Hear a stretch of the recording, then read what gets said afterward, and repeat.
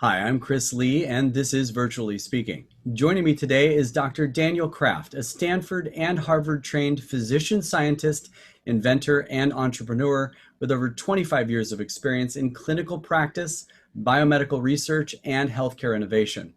He's board certified in both internal medicine and pediatrics and has been called one of the 40 smartest people in healthcare. This year, he became the chair of the XPRIZE Pandemic Alliance Task Force. And he's the founder and chair of Exponential Medicine, a program that explores convergent, rapidly developing technologies and their potential in biomedicine and healthcare. He's one of the most in-demand speakers in the world on the future of health, medicine, and technology.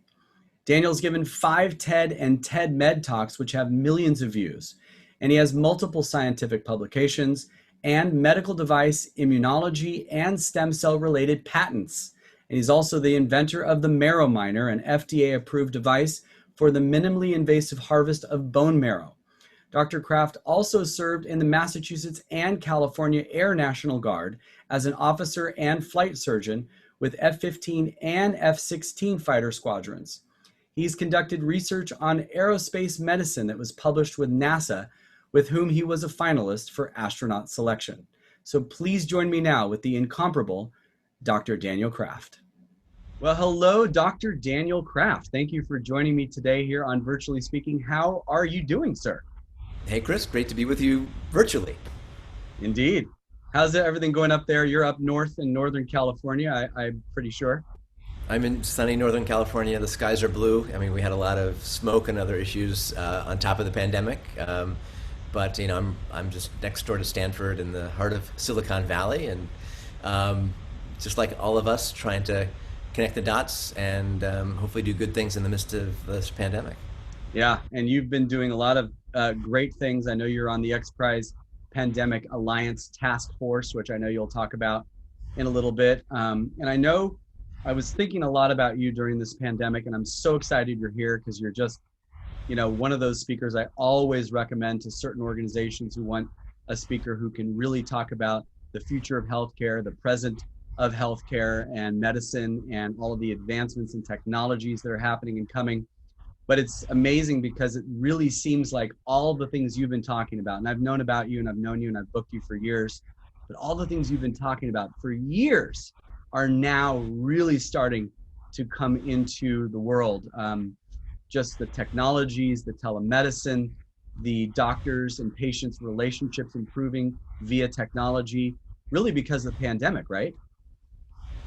Well, the COVID certainly has had its challenges, but there's hopefully a bit of a silver lining in terms of some of the things that are emerging and hopefully will bring us to a better, brighter future of health and medicine around the planet, including improving health equity and the ways we communicate. Certainly, you know, virtual care has exploded as folks didn't want to go into the clinic or the ER.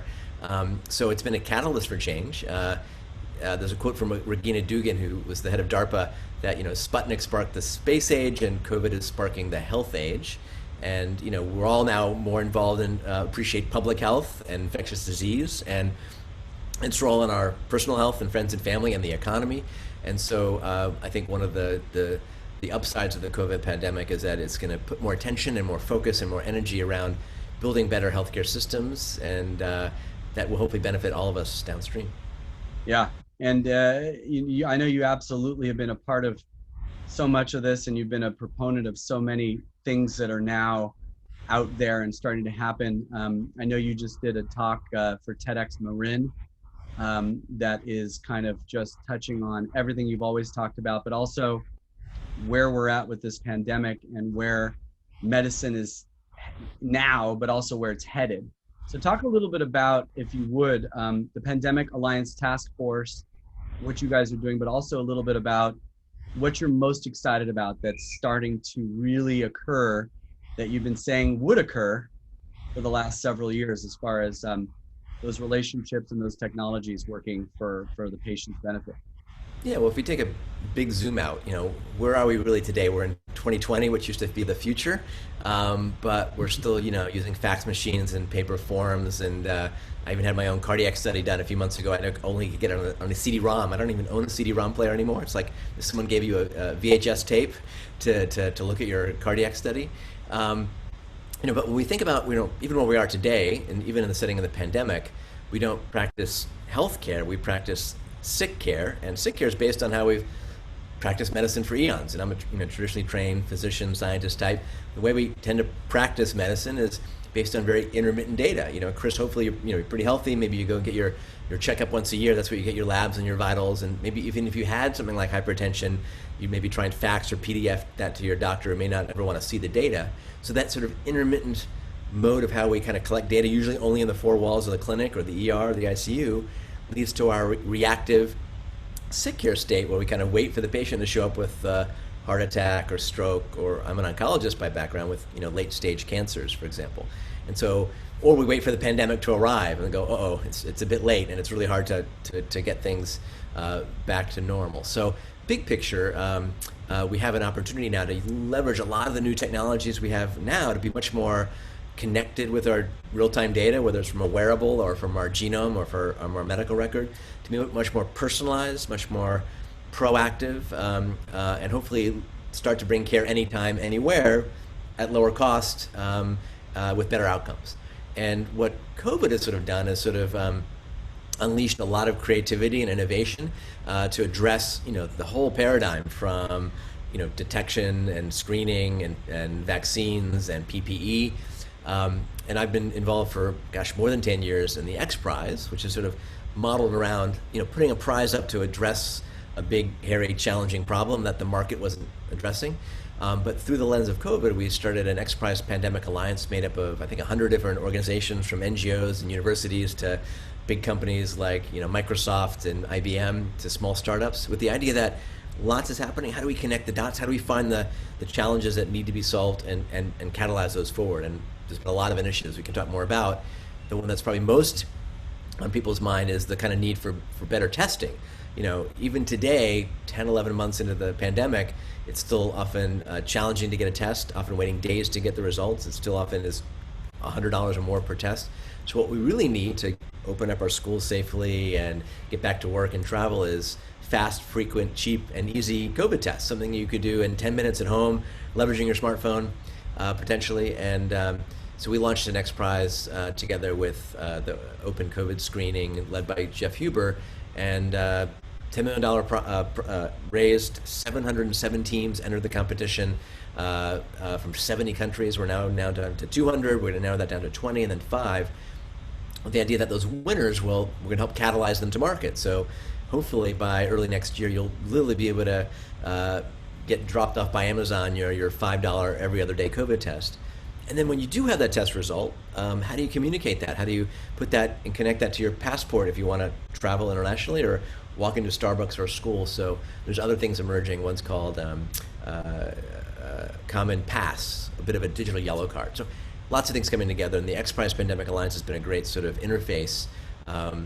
The task force, which I lead, has some amazing folks, from Dean Kamen, who's probably the Edison of our time, to former head of the NIH's Cancer Institute, to champions of industry, to folks who are in the weeds on infectious disease. So I'll stop it there, but it's been an interesting time for me because I sort of live at this interface of technologies to help hopefully catalyze solutions that relate to this pandemic, but also can help prevent future ones.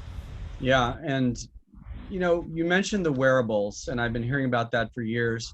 I know that it's here. My wife is waiting with anticipation for her iPhone, her iWatch to show up, which has the phone on it. But tell us a little bit about, some of the, because a lot of speakers, a lot of articles, a lot of people out there talking about all these great technologies that are coming, or that are around the corner, or that might be here, but only for some people. What is it that we can all take advantage of right now? Because I know that a lot of people aren't even aware. The doctors and the healthcare centers aren't really telling us about all the things that are accessible to us. But what can we all do?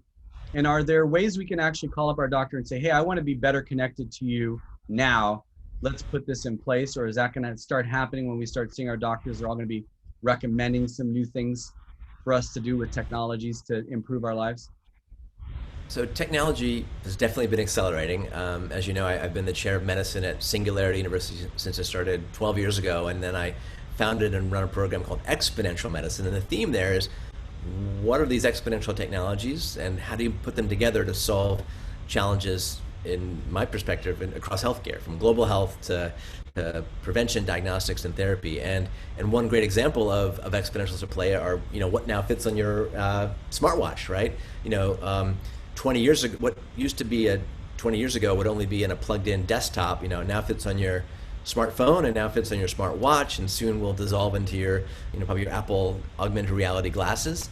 And so it's really a pretty incredible time, and most people tend to underappreciate the pace of exponential change. Moore's law, the power of computing. So what literally, fit on my smartphone, which my iPhone 11 is pretty amazing. It'll feel antique pretty soon. Now fits on your watch, fits into rings. That's this idea of, wearables are essentially, mobile computing connected now through the Internet of Things or the Internet of Medical Things. And we can do pretty simple, straightforward things today related to COVID or beyond. And one of those is the fact that now almost any even low-cost wearable, and there are versions of sort of the Apple Watch you can get from China. I have one here. They're literally like $20 US, but do pretty much everything that my Apple Watch does. That can really give you a lens into your own health and your health trajectory, and potentially can be a bit of a check engine light to see if you have the flu or you have COVID. Some recent studies from my colleagues at Stanford just came out that with a smartwatch, you can look at heart rate variability, respiratory rate, steps, and predict who likely has COVID even when they're relatively asymptomatic. Just like the new watches have an EKG built in, and if you're sitting down like we are and your heart rate's 180, it might warn you that something going on with your cardiac state that isn't normal. So we're going to start to see these sort of wearables give you insights into your overall health, your health trends. Of course, they can help you become healthier on the wellness side, but also help detect and manage disease as we go forward. Sort of the idea of quantified self, where you might have all your data on your smartphone, to quantified health, where that will start to flow to your doctor, to your nutritionist, to your physical therapist, so that we can use that, not just the data, but the useful, actionable information in a smart way that can help drive, insights, diagnostics, or therapy.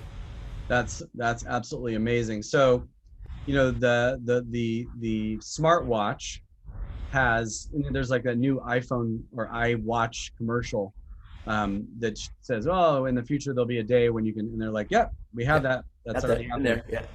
So are there any other things that are literally something that we should do in a pandemic and also without a pandemic that we should have on our body, in our house, that most people don't yet because nobody's talking about it, nobody really is thinking about it enough? Well, we're now, just think about the pace of change. It was only 11 years ago, in end of 2009, that the first Fitbit launched. And now I'm wearing literally 4 devices. I've got my Fitbit, my Whoop, which is great for sports and training. I got my Apple Watch. I have, I won't show you the actual, in my underwear, I have an underwearable. This device is called, here's a version of the Spire. It's a little patch. I call it an underwearable that will track respiratory status and heart rate and movement. And these started as, like the Fitbit, as a consumer device to track steps and sleep, and now are becoming medicalized. So if you have a particular condition, let's say you might have COVID at home or pneumonia or bronchitis, this can track your respiratory status. You get a pack of 10 of these, put them in your underwear bands. You can even put them in the laundry, and the battery lasts for a year, and you don't need to think about it. Just as long as you have your underwear on, which hopefully most of us do most of the time, you can track your physiology, kind of what I call your digital exhaust or your digitome. So to start back to answer your question, there's all sorts of wearables out there. They're all pretty much the same in terms of tracking at least your steps and your sleep. Get a simple wearable, one that you like to wear, fashionable for you. There's lots of different form factors, and start to get insights. The most important thing to get insight might be your sleep. Sleep is so important to your overall health, and a lot of us, particularly in the medical world, are sleep deprived or through medical training, and many of us who are stressed, don't get enough sleep, etc. So you can get basic insights on your wearable. Many of them can show you how to, Chris, how do you compare to others your age and sex in terms of your sleep metrics? How might you improve those? Coaching is starting to come in there. So that might be one simple metric that doesn't require a doctor or a prescription that can dramatically improve and lower your risk from everything from heart disease to diabetes to depression to obesity. Another thing is simply, obviously, your activity. In the era of COVID, particularly as the lockdown happened, we weren't going to the gym as much. I watched my activity rate go way down. Mm-hmm. And an example of what you can all do, of course, you can do a workout without anything, but there's now YouTube videos, there's apps, right. There's the 9-minute workouts. I spent 100 days straight in virtual reality doing workouts. VR is an amazing new platform, and these are getting amazing. This used to be $1 million of technology in a lab at Stanford. Now you can buy it, the Oculus and others, for like $300 US. But there's now VR-based video games. The one for exercise, the one I've been doing is called Supernatural. It's sort of like Beat Saber on steroids. It tracks your heart rate. It's gamified. You can track your friends and how they're doing. In 100 days of doing that, my resting heart rate went down 8 points. My sleep got better. My weight went down a couple pounds. So it's an example of things we can all do. You don't need fancy prescribed wearables or other things.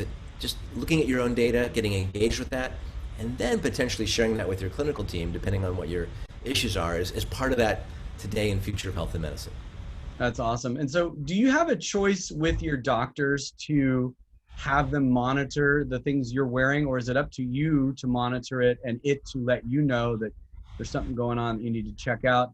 Or can you opt in to have, I'm sure there's got to be some debates going on about who's watching this information, because you said there's a little bit of a crowdsourcing going on for your community, don't shake hands with Bob today. There's a 43% chance he's got COVID. So how does that crowdsourcing work, and how does the community look at this data, and can you opt out of it or opt into it? Great question. So just to see what's possible today, if you have an Apple phone or even Android now, there's Apple Health Kit, and now there's something called Common Health that you can do on Android to start integrating your connected scale, your steps, your sleep data, your smart home information, maybe even your blood glucose monitor now. And I've got one here. I just wore this for the first time, a little patch that is a continuous glucose monitor. All that data can flow into my Apple Health Kit. And normally only I would see that, right? It sort of gives me a bit of a dashboard. But in the last few years, with many healthcare systems, you can opt in to share that data directly into your own medical record. And theoretically, your doctor could see your wearable data. The challenge is, how do we make sense of that? We haven't had millions of people with digital exhaust being measured. What's normal? What's a normal resting heart rate when you sleep? And part of what you mentioned crowdsourcing, is that now there's the ability to be a data donor. Google's spin-out called Verily has something called the Baseline Trial, 10,000 or more volunteers sharing their digital data, their medical records, their genomes. The National Institutes of Health has a 1 million patient study called the All of Us Trial, which you can still sign up for, I did, where you can donate your medical records and your wearable data and your blood for your genome and other elements. And so we're going to start to crowdsource health and disease. Many folks out there may have heard of the Framingham trials, a study that's been going on for 60 years, mostly nurses in Western Massachusetts in Framingham, that have been the basis of who benefits from a statin and what's happening with cardiovascular disease and what should we do about it. That's based on a pretty narrow subset of mostly European Caucasians. We're now, with these sorts of platforms, giving a much more accurate picture across races and socioeconomics and locations. And so part of the future of health and medicine is what I like to call building like the Waze or the Google Maps for health, where we're all starting to share our data if we want to, but we get something back. We get the map of the sort of traffic along our health journey with patients or individuals like us based on our genomes or other elements. We're learning many chronic diseases are very challenging to manage, and the clinical trials are usually only on a very narrow subset of patients. Now there are platforms, one's called StuffThatWorks.health out of Israel, that's built by one of the founders of Waze, where you can learn about, if you've got migraines, what's working, what's not working for you, and find a whole community of folks with migraines, and gain insights, and using AI machine learning, get data back. So lots of new ways to collect data. The challenge is to make sense of that, take that into actionable information that you or your clinician or healthcare system or pharma company could use, but still to do that in ways that are honoring privacy and the option to share or not share. And then hopefully, if you are sharing your data, to even get rewarded for that in other ways. Yeah, I love that idea of being able to be in a community of people who have the same thing and understand what they're doing, or having the doctors share their information globally, how they're treating certain things. I remember a story about Michael Milken, found out he had stage 4 cancer. And so he went all around the world and talked to all these doctors about how they were treating that type of cancer. And, he did everything he could to get them to share their information with each other. And really that wasn't being done. So it's good to see, and there's proof with him and what he did with prostate cancer, that when you share data, that people get better, and that Well, he was like, a billionaire hedge fund guy Yeah, who could afford to get all these second opinions and try and access the crowd of best specialists. right. But now in this age of super connectivity and virtual elements now, almost any of us should have the ability to have the world's best information synthesized. The challenge with medicine is I trained at Mass General Hospital and Stanford, and this is the Mass General way of treating heart attacks or managing the disease. Here's the Stanford one. Oh, I saw 3 patients once 3 years ago. But wouldn't it be great if your clinician, your doctor, was using the hive mind and had just in their hand the right information at the right time? And they can't read all the clinical trials or be up to date on everything. So we're seeing this new blend of sort of AI, but I like to call it IA, not artificial intelligence, but IA, intelligence augmentation. That's absolutely necessary today if we're going to up-level everybody to make sense of the data, to synthesize your genome, your microbiome, your sociome, where you've lived, your metabolomics that could be from your blood sugar, all these things are almost overwhelming amounts of data, and that needs to become accessible real time and to continually improve and not take the average 17 years from discovery and publication to your doctor or your specialist knowing what to do with that going forward. Yeah, and have you heard and seen that the world is really sharing their information with each other? I mean, I know there was this huge debate over hydroxychloroquine and remdesivir, however you say that. Even Trump himself was talking about HCQ was the way to go. And then I think he was treated with remdesivir, right? Or however you say that. Well, part of the challenge with our pandemic is we also have an infodemic, and unfortunately, President Trump has been one of the most flagrant instigators of misinformation or promulgating cures, magic cures, hydroxychloroquine, which very early on in some basic stuff had a little bit of promise, but never panned out in the gold standard of double-blind, randomized, placebo-controlled trials, and even the other drug you mentioned, remdesivir, an antiviral, which has been around for a while, in more recent studies, even those published by the World Health Organization, doesn't look like it has that much of a benefit. The old drugs, like dexamethasone, a steroid, does seem to have the best effect, particularly in sicker patients. And Trump did get steroids and remdesivir and something that's still in clinical trials, these antibodies that are polyclonal antibodies directed to the virus itself that may play a major role going forward, but are very expensive and are certainly not ready for prime time quite yet. So in the age of the pandemic, how do we manage information? I mean, there's so much disinformation, some good information. Where you get your information from. Early in the spring, those who got most of their information from Fox News had a much higher mortality and morbidity rate than those from other sources. Wow. Potentially. So there's real implications, and life and death matters on how we communicate. And also to encourage folks to also share their data in smart ways so that we're all learning faster, whether it's for cancer. I trained as a pediatric hematologist oncologist. Pediatric oncology was the sort of the first area to really show that we can move the needle, because in the 1960s almost every kid died of even common leukemia, and by almost getting every child and their family essentially in a clinical trial, that really improved things on the pediatric side, that translated to adult oncology. But even today, in most cancer patients, only about 20% or less are involved in a clinical trial. So there's a lot of data information that is being lost, and a lot of the incentives are misaligned. Big pharma companies and academics don't often want to share that information. One of the good things about COVID is there's a lot more collaboration happening, and we've learned how to treat sick patients. And so the death rate of an intensive care unit intubated patient has gone from 80% to less than 50%. So we are making improvements, and I think that's going to help other elements of healthcare going forward. Yeah, hopefully the other elements of healthcare can learn from what's going on with COVID.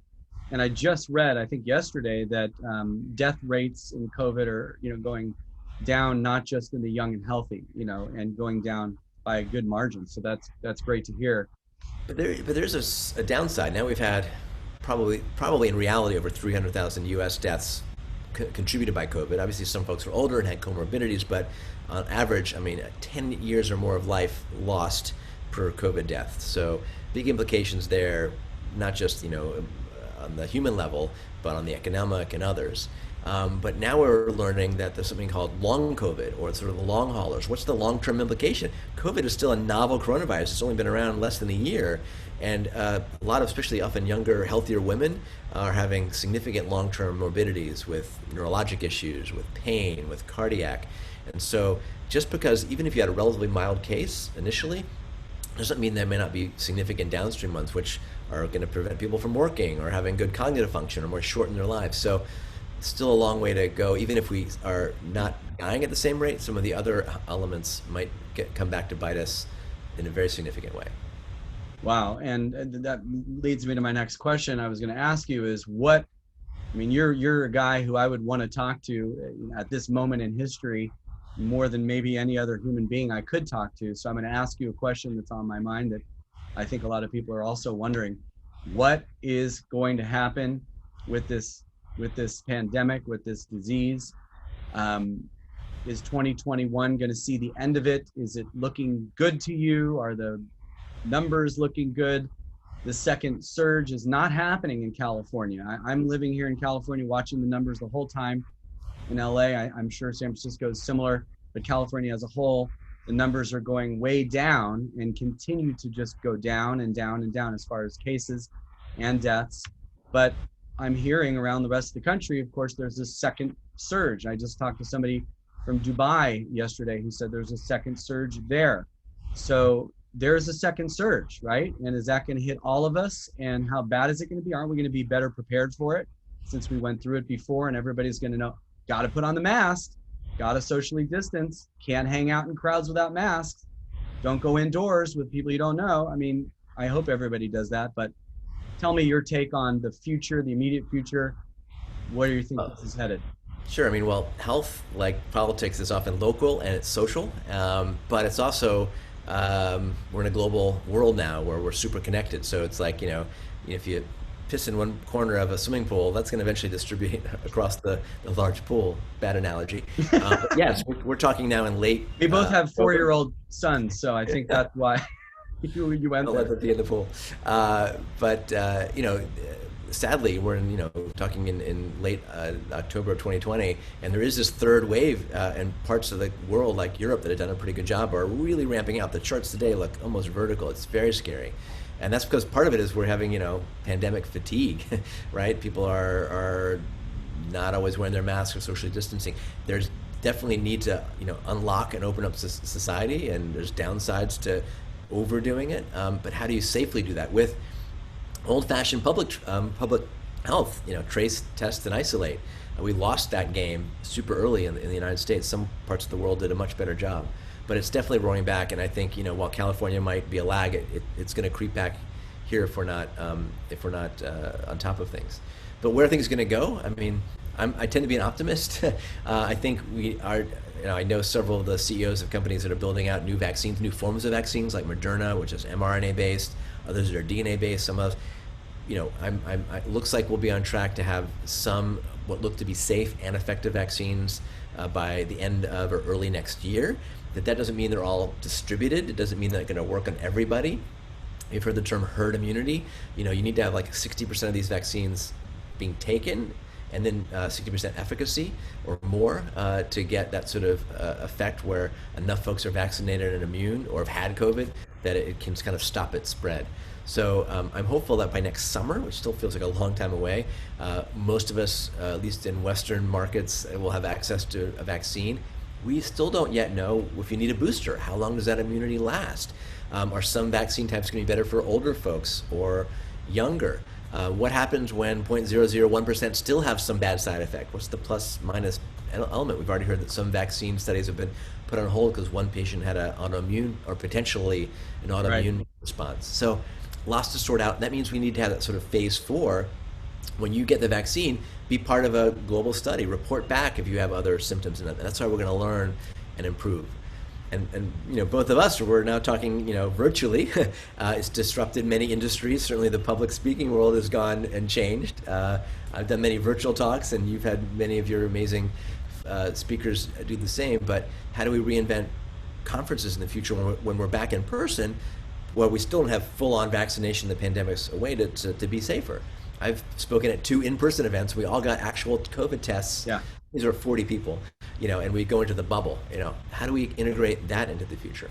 I'm hopeful by next fall we'll have a good percentage of the U.S. population vaccinated. That's going to depend on good communication, people not being red versus blue and saying I have the freedom not to wear a mask or not to vaccinate. We're all in this together, and I'm hopeful by the end of 2021. It feels like a long way away. We'll get back to some level of normalcy, but there's still going to be a lot of downstream implications and challenges and surprises. Did you, being a Californian, did you like what our governor said when he said, we're not just going to take any vaccines that come into California, we're going to look at them ourselves first? Are you going to be part of that task force or that group that's going to look at these vaccines on behalf of California and Gavin? I know Gavin a bit. I'm not on his exact COVID vaccine panel, but I think the key thing is to have good, non-politicized scientists, and even the FDA has done a pretty good job now pushing back and going, we're only going to be releasing vaccines when they're safe and effective, not based on some political timeline. So we need to look at the data, and then again, because these vaccines are being developed quickly, we don't yet have the years or 2 years or 3 years of safety data. We're going to need to keep learning and having our filters out there and being vigilant, but at the same time moving forward without being too fear-based or waiting 10 years for the vaccine to be ready. So what are you telling your friends and your family to do now in our lives? Obviously, I know you're going to say washing hands. I know you're going to say wearing a mask, but what are some of the things you're taking? This is a little bit more of a personal part, but what are some of the supplements or vitamins or foods that you really believe in? Well, number one, this has been for some of us a good time to kind of get focused back on our health, whether it's doing your workouts and mindfulness and meditation. Paying attention to mental health is a big thing here. Trying to optimize your sleep, social connection, whether that's we can be socially distanced in a sense, or physically distanced, but not socially distanced. And in some settings, I've had reunions with college classmates and others we would never have gotten together, at least on Zoom, in the same way. On the side from the wear a mask, wash your hands, etc. There are some things that are potentially protective. One is vitamin D supplementation. It seems that many folks who are more susceptible and then have a bad course of COVID have low vitamin D levels, so it's pretty easy to take some vitamin D supplementation, usually after dinner. It's fat soluble, so after a meal, not in the morning on an empty stomach. That seems to have some potential protective elements, not a magic bullet. Vitamin C also can seem to play a role in folks who are sicker, but might have some protective elements, and a little bit of zinc, which seems to play a role in the function of our immune system. Not to go crazy on any of these things, and don't overdo it, but 4,000 units of vitamin D before bed, just chewy versions. Is it just like regular vitamin D? Aren't there like all these different types of Ds and D3s and all these different variations of D? There are a few different variations, and most all of the them ones work? you get at your GNC, all of them should do a reasonable job. You can look at, getting an addition of 200% of your vitamin D suggested will probably do the trick. Whether other vitamins, etc., play a role, still the jury's out. We're doing trials in these areas, but stick to the basics. There's no magic bullet. Okay. And also sort of encourage everyone to get their flu shot, because we're going to have a twindemic as well. Wintertime, people are in closer quarters. That's when flu promulgates. You don't want to get the flu and COVID. And you can't get COVID from the flu shot, right? Absolutely not. Right. Can't. And so sign up at your corner. Now with our magical technology on your smartphone, you can make your appointment at your local pharmacy to get your flu shot, make sure they're in stock, and get that done. And this is a time also in terms of what to do, like maybe again start using some of these quantified self technologies to get a picture of your health. Connect to scale can be the simplest thing. You look at your weight every day, it's up 1.5 pounds. You might back off on the extra bread that day after. So simple measures. You can all now get sequenced. Sequencing prices have dropped at twice the rate of Moore's law. And we're learning that there are some genetic elements to your risk for COVID. Your blood type O, which I'm lucky to have, seems to have a bit of a lower risk or more morbidity rate.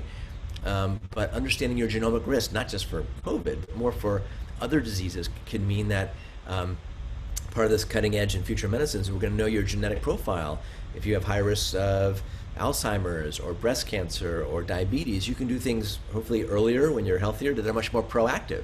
Maybe getting that mammogram done earlier if you have the genes for higher risk for breast cancer. Maybe changing your diet earlier in life if you have a risk for obesity. So this big potential to take our new forms of data, to personalize them, and to be much more proactive and preventative, to hopefully bring us a much better health span. Not just, it's nice to live to 100, 120, but no one wants to be 120 and feel 120. A lot of interest in longevity and technology that can impact that, but that means starting with the basics before we go to the sort of the magic age reversal pill. Yeah, and you just said, and thank you for all of that. This is all such great information. Thank you so much for sharing all of this with us and being so truthful and such an open book. But you just said something that reminded me of one of the things you've invented, because you're also known as an inventor, a scientist, an MD. What can you not do? But you've invented a bone marrow miner, but you've also worked with stem cells, which is interesting. And you just said the word personalized, which reminded me that you are working on or have already invented some 3D printing of personalized medication. So what's that all about? Sure. So we all see challenges in health and medicine. I always say, look for that pain point. When I was a fellow at Stanford, I was part of the first year of the Stanford Biodesign program. The whole idea is find a problem. It could be a personal one about remembering to take your meds or keeping grandma from having a fall or replacing fax machines, and find a solution. And one challenge I've seen, I train in both in pediatrics and internal medicine, is in kids, we'll dose them based on weight. We've got 4-year-olds, you don't give them the same weight amount of Tylenol you would take, and it's often based on weight. When we get to be adults, everyone gets the same dose of Tylenol and Vicodin and aspirin and statin. In reality, we should be practicing much more personalized precision medicine based on weight, our pharmacogenomics, our blood levels, etc. And then we have the challenge of a good percentage of the US population is on polypharmacy. They're taking 7 or more pills a day to manage hypertension and diabetes and mental health and their vitamin D. So a few years ago I thought, well, what could happen at this convergence of technology? What if we could sort of 3D print your own personalized poly pill? And here's a little version of one, the idea of a 3D printed pill. It's sort of like a contact cold pill where you drop the right number of little stanchions in there to match your dose of aspirin, statin, beta blockers, Synthroid, vitamin D, whatever it might be. So developed a little printer that would start maybe in your corner pharmacy, but eventually you might get a little cartridge of, this is just sugar pills, but you put a little cartridge at home, and like your coffee machine, it'll blend, the crisp blend of prevention or multivitamins or therapy that match you, and might change that every day based on your wearables and other data that would be in your home. So that's sort of the big picture. The future of medicine should be personalized, data-driven, intelligent. The startup I have is called Intellimedicine.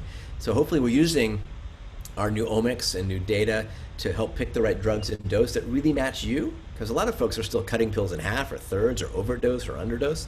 Little grandma doesn't need the same dose of even aspirin as a 200-pound linebacker or 300-pound linebacker. So there's that opportunity. So that's Intellimedicine, the idea that we want to sort of eventually get to a point where we can 3D print a pill that's really built for you, based on you, and is modified based on your own data, rather than that broken feedback loop system where you might have something super common like hypertension. High blood pressure is the #1 cause of early death and morbidity around the world. Many folks have it or don't manage it well. Now you can do fun things like track your blood pressure on your watch. This is a watch with a blood pressure cuff built in, but still a watch. That's going away soon, because now there's cuffless versions like Radar that will track your blood pressure 24/7 that are going to be built into your watch or a patch. And then imagine that data is used instead of once a month getting your blood pressure checked to modify your blood pressure medicine that's printed out that day. So that's part of where medicine is going to hopefully go into the future. Ideally, you don't need medications at all. We should start with prevention and wellness, and many folks have shown, like Dr. Dean Ornish, that you can even reverse heart disease with diet, meditation, connectedness, love and understanding. All those things can be, you want to start. Actually, I love this quote. At my Exponential Medicine conference, which is very tech focused, we have morning meditation on the beach, and my friend the Swami, who's 70-something years old, never taken a drug in his life, and he says, the only medication you need is meditation. So there's lots of things we should do that are before the pill, but realizing that many folks do get diabetes, heart disease, and others based on genetics and other issues, even if they are super healthy and run marathons every month, we need to be smarter and integrate that care going forward. One big point, is that technology is only a part of the solution. We need to understand incentives, and many of our healthcare systems are really sick care systems, and they don't do better when you don't show up for that procedure or that bypass or that surgery. How do we rethink how we incentivize doctors, nurses, and each of us to be much more on top of our health and reward that, pay for prevention rather than pay for disease? And that comes into how our health insurances are set up, fee-based versus value-based care. So part of what we need to do is think about how we realign the incentives and how we practice health and medicine in a way that's really aligned with better outcomes. Amazing. And you're working on all of that, right? You try to in different forms. There's so much out there now. Part of my world is digital health, this idea of mobile, connected, anytime, Right. anywhere. It's not just wearables, by the way. It's now Wi-Fi can pick up your vital signs. Your censored mattress, as their voice on your smartphone, can pick up signs of early neurologic disease, or the sound of your cough is different for COVID versus the common cold. So we have all these new data forms and new apps, right? There's the apps that connect to your wellness device and help you with your runs and your diet, but now apps that can manage hypertension or cancer or mental health issues, or wearables that can be related to those as well. We have now not just wearables, we have inside-ables, chips underneath the skin, trainables. One of my favorite, where in my pile is this little sensor. It's called the upright. You put it on your back, because our postures aren't great on our smartphones these days, and it buzzes your back a little bit when you're hunched over, and that can be a nice trigger to improve your posture, which is good Yeah. when you're on Zoom calls. Yeah. So there's trainable. It's like when you're driving and your steering wheel goes bzzz because you just went over the middle line. It gives you a little feedback. Our cars are getting smarter, and our wearable technology can start to do that. Or the idea, of hearables, right? These devices play music, but some of them now can pick up your vital signs. They can give you coaching on your runs. Some of them are going to be sort of that Siri in your ear, that for someone who might have Alzheimer's, it can say, "Hey, help me find home," or "Who am I talking to?" All those things are going to get layered in, and because there's so much happening in digital health and medicine, I've just launched an early version of a website called digital.health. That's the website, digital.health, where you can start to see a bit of what's available and what's coming, and then hopefully your clinician can prescribe to you that connected blood pressure cuff and get the data back in a form that's useful to both of you to help co-manage that disease. Because the new drug is the empowered empowered patient who's not just waiting to go to Dr. Welby after a problem happens, but is part of the whole self-care. Unbelievable. Amazing. So you're also an expert on VR, AR, and XR. Tell everybody about what that is. Not exactly an expert, but I'm an enthusiast for this convergence of technology that's bringing us amazing augmented reality, virtual reality, and what's called XR, extended reality. I still have over here my antique Google Glass, which were pretty magical. Like 6 years ago, they weren't a great consumer hit. But they've had a lot of applications, particularly in healthcare, where now there are platforms where physicians will use these to pull up information about their patient, to have scribing. There's someone watching in the video and typing their note for them, so that can lower the stress of having to type medical records.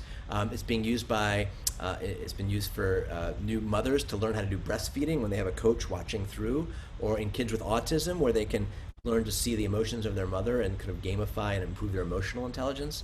So and augmented reality is now exploding with things like HoloLens from Microsoft and Magic Leap, where now in the operating room you can literally pull down the MRI machine information or a CT scan and layer it inside the patient and use that to guide you through a therapy. That's augmented reality coming to the operating room. It can be used to I've got my 4-year-olds have a shirt where you can put up the iPad and sort of see through their body virtually, and it's a great way to educate them about their anatomy. And then there's virtual reality. We talked about the Oculus Quest is great for fun and games and exercise, but VR can be for therapeutics. You can put patients with bad pain from a burn injury, for example, in a cold environment. They throw snowballs at penguins. They can use far less or almost no opiates because their brain has sort of been retooled, or it's being used for physical therapy. Let's say you've had a shoulder surgery. You go into a VR environment and it gamifies doing physical therapy, gives you points, and people are much more on top of their physical therapy. It's being blended with mental health care. It might be a drug or a virtual trip, or to augment your meditation in VR. It's being used for training. It's a game changer. A surgeon now can literally go into a virtual operating room, and practice that orthopedic procedure with the actual virtual instruments they might use on you. And that fracture, that funny fracture or problem, might be based exactly on the patient that you're going to operate on, and you can practice. So lots of applications of AR, VR, and then extended reality is almost that time where we can blend social. I could bring in another doctor and do a consult and be over my shoulder in the operating room. Or even on simple versions like an iPad, there's been work done where someone's in a basic medical student in a war zone, and they can be mentored by a trauma surgeon from New York City, using watching what they're doing and even pointing on the iPad, overlapping the patient. So a great example of convergent technology that's going to be a big game changer for education and for therapy and how we even interact with our own medical element. I'll give you one fun example. So I spent time as I'm a pilot. I spent time as a flight surgeon in the Air National Guard, taking care of and flying with F-16 and F-15 pilots. There we have what's called the heads-up display. So you're not buried in the cockpit in the round dials. You're seeing through the cockpit, kind of like the heads-up display in Google Glass.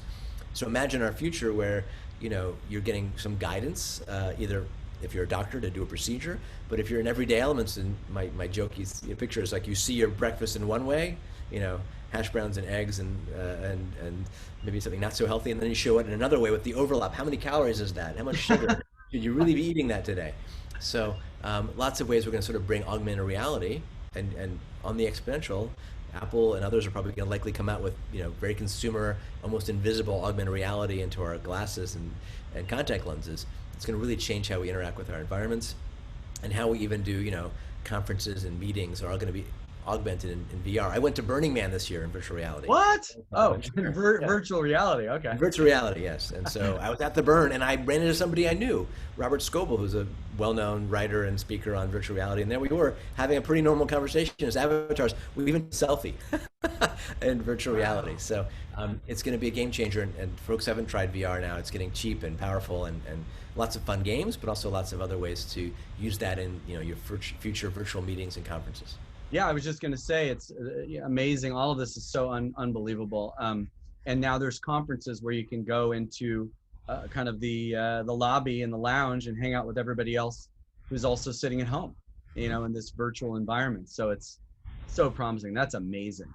Yeah, Zoom on steroids, because I think we all had our fill of Zoom by now. But there are ways to make it much more engaging and three-dimensional. I'll show you something really fun if this is going to work. Here I am now as my avatar, and hope you like it follows along here. I can even show up. With an overlay. How do you like that? A little scary. Wow. The camera's following my voice. I can show up here in this environment and surprise, or wave, or give you the thumbs up. And this face, it sort of looks like me. I kind of tried to modify it a bit, but much better looking, of course, than the avatar phone. But it gives you an example of what's possible in our virtual environments. That is incredible. And obviously, it's just going to keep getting better and better and more amazing and realistic and accurate as time goes on. Right. In some cases, we may prefer our avatar virtual self, because then you can pretend you're paying attention in the meeting and just nod along. Right. Your AI will show it for you. Right. That's so rad. That's so awesome. I know we're getting close to the end. I know we've been talking for a while, but I do want to ask you about the stem cell thing too, because I know that's really important. I know it's the future. I know it's already here. I know you've invented something around that, and you're definitely a big expert in that field, in that area. So tell us a little bit about the current status of stem cells, what we're doing with them, and what's exciting that's going to happen the next couple of years. Well, I'm glad we have 2 hours to cover this. But in summary, stem cell therapy or regenerative medicine are really broad areas, and most folks, there's a lot of also politics around what's a stem cell and what can it do. So my clinical training after internal medicine pediatrics was hematology, oncology, and bone marrow transplantation. Bone marrow transplantation is a form of stem cell therapy, probably it's the primary one that we've been doing for over 50 years, where in most cases for a cancer patient, we can hit them with very high doses of chemotherapy and radiation that hopefully kills let's say the leukemia, but also knocks out their bone marrow, their blood-forming system. So we have to do a bone marrow transplant. The blood-forming stem cells either back from themselves if we banked it, or from a matched brother or sister or unrelated donor who's a match. You've heard of those bone marrow matching drives, and that can repopulate their blood forming system and even give what's called graft versus tumor effect to help their immune system keep that tumor from ever coming back. That's one key form of stem cell therapy we've been doing for years. Now is even being used to cure some genetic disorders like sickle cell or thalassemia. Now, those blood-forming stem cells are adult stem cells. There's also the forms of, we've heard of embryonic stem cells, which are pluripotent. They can turn into almost every tissue type. Or now, induced pluripotent stem cells, where you can turn a skin cell into almost any cell as well. So there's a lot of interest in using those to treat heart attacks or strokes or musculoskeletal issues. Sometimes there's a lot of hype and a lot of hope. People promise, fly to the Bahamas and get this stem cell therapy, and it's actually not proven. It's not even stem cells in some cases, and the outcomes in some cases are negligible to even very dangerous. So to zoom back again, when I was a bone marrow transplant fellow at Stanford and part of this biodesign program, I saw a pain point, which was harvesting bone marrow with a big needle, usually about 100 punctures to pull out about a liter bone marrow. I thought there's got to be a better way, so I invented a device we call the Marrow Miner. It's a minimally invasive way to harvest bone marrow. You can watch my TED Talk on that, and also my TED Talk about 3D printing pills. But essentially the idea is, how do you change 100 punctures into just one and make it from an hour-long procedure into about a 10-minute outpatient procedure? So now we've got that device through FDA and clinical trials, and now are at the stage of about to commercialize it. So that's an area where we could use those bone marrow stem cells as the starting point for a bone marrow transplant, or for orthopedic procedures, or for potentially to bank and save if you need it later, like we bank cord blood, or to use some of the different cell populations from bone marrow to be used for regenerative medicine to help treat your knee, or potentially other challenges. But we're still learning a lot. Yeah. Is that what Kobe Bryant did when he went to Germany? He got some kind of a stem cell blood thing for his knee. Do you remember that at all?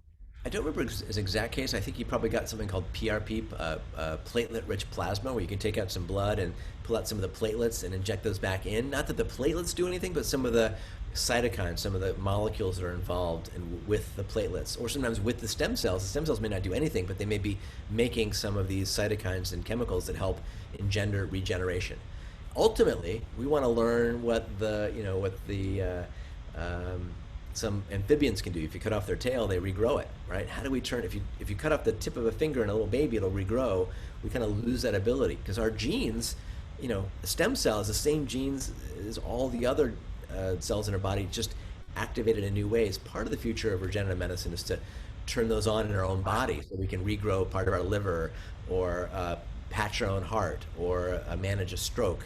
But it's a very exciting area, lots of promise, lots of potential, but still the challenge of understanding what's real and what's not, particularly when some snake oil salesmen are out there, just like with vitamins and anything else. Yeah. So as we come to a close here, thank you so much. I just want to ask you to just say, what is it that you're most excited about right now, COVID era or not, about the future, you and your peers, or just you, something that you're just kind of most excited about? It can be specific or general, but just, I'd love to hear that from you, because Sure. I know you have access and knowledge to so many things that we don't know. So I'm excited. I'm going to disappoint you because I'm going to say, there's no one thing. Yeah. Last year I wrote the cover article for National Geographic's whole issue on the future of medicine, and they retitled it on me, that 10 innovations that will change the future of health and medicine. And the point of my article, kind of the point when I give a keynote or in the book I'm writing, is that it's not any one technology, it's where these exponential technologies or fast-moving technologies are coming together. AI and machine learning and big data and wearables and 3D printing and AR and VR and nanotech and synthetic biology and personal sequencing and blockchain. It's when we mash those up in new ways, and they're all getting faster and cheaper and better and more available, to the point where a kid in a college dorm can now do some computer data mining and repurpose a drug and get it tested in an animal and disrupt a big pharma company. We've seen how companies like Uber didn't invent GPS, online maps, online payments. They connect the dots to solve a pain point. And in health and medicine, what I'm most excited about is the sort of convergence of these new tools. And some of it is the mobile and what you can fit on your wrist or a smart ring. But a lot of it is about how we now connect the dots and create smarter learning systems that leverage a lot of these technologies to impact health and wellness and prevention and health span, to diagnose diseases at stage 0, not stage 3 or stage 4. And then if you do have a disease, that the therapy can be much more precise and personalized and feedback loop driven. And then finally, that we can use all these convergences to accelerate global health, whether that's drones to deliver drugs and vaccines, or internet connections from satellites to give someone in a rural village in Rwanda access, or now that these pocket AI-driven ultrasounds can be in the pocket of any community health worker. And then finally, to accelerate discovery, we can all, again, as we talked about, be a data donor. You can all download a clinical trial today, even if you don't have the disease, and contribute your own data that can be digitized. It might be with a pill or a digiceutical or an app, and that can accelerate learning, just like we're doing in COVID. So it's no one technology, it's how they're all coming together in pretty magical ways. And also that people from outside of healthcare are all starting to play a role, whether it's folks from the aviation world taking lessons from flight simulators and checklists, to folks in the financial world who how we do banking can apply to how we do mobile medicine. Folks in the design world who can make great design, and that can change education. In fact, the infodemic, or video gamers. Now, video games are coming to healthcare, and medical students and surgeons and docs and nurses are training on video games to do procedures, but also to learn in new, engaging ways. So, lots of opportunity. No one technology, no one favorite. It's sort of the gamish. Right. Well, you're my favorite, doctor. The future of medicine, whenever I talk to or read articles that have anything to do with anything we just talked about, it's very uplifting, because the future of healthcare and medicine is in good hands with people like you at the helm. So thanks for doing what you do. Thanks for coming on this show and sharing all of that amazing information with us. And thank you for helping everybody stay well. Thanks, Chris. Stay healthy, and I would encourage everyone watching this to think about what are some simple things you can do. Don't wait for that quote from William Gibson, the future's already here, just not evenly distributed. And now, you can get some pretty amazing technology on your wrist and some amazing apps on top of that to utilize. And then your challenge is, bring that to your doctor or your nurse practitioner or your workout coach, and start to integrate that into your own personal care and that of your friends and family and community. And that, again, can hopefully lead us to a better, safer, healthier world, in the lens of a pandemic, but also to take us to a healthier society in general. So, yeah, thanks. Amazing. Thanks. That's so well said. And I just can't tell you how grateful I am that you spent some time with me today. So thanks again, Daniel. Have a wonderful rest of your week and rest of 2020. I hope 2021 is much better. Me too. See ya. Take care.